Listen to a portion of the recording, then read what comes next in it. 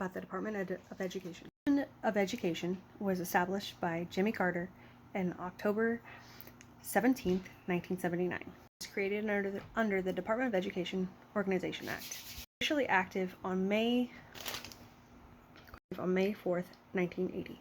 Responsibilities were for student aid, federal aid for K through 12, and research on educational practices and enforcement for the civil rights movement, and specifically the Elementary and Secondary Education Act of 1965 from President Johnson. Moments from its history are a Nation at Risk report. This was basically a report that told everybody that the standards in education were declining. The No Child Left Behind Act, which was just a redoing of the Elementary and Secondary Education Act.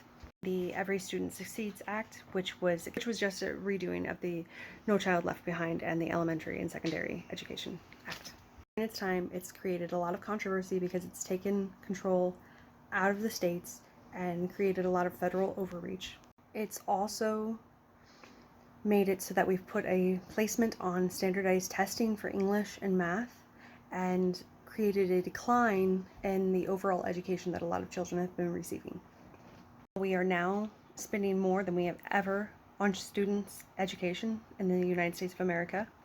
We spend more per student now. We actually rank 13th in reading in the world, 13th in science, and 37th in math ability. So there's a lot to be improved for the US. I'll leave some links down below so you can look at more. But that's really why the Department of Education is so controversial right now, because while we've had it for such a short time, we've actually gone down in how we're looked at right now. So the emphasis on testing and not on education. The question is, are our students really getting the education that they need? And do we really need the Department of Education?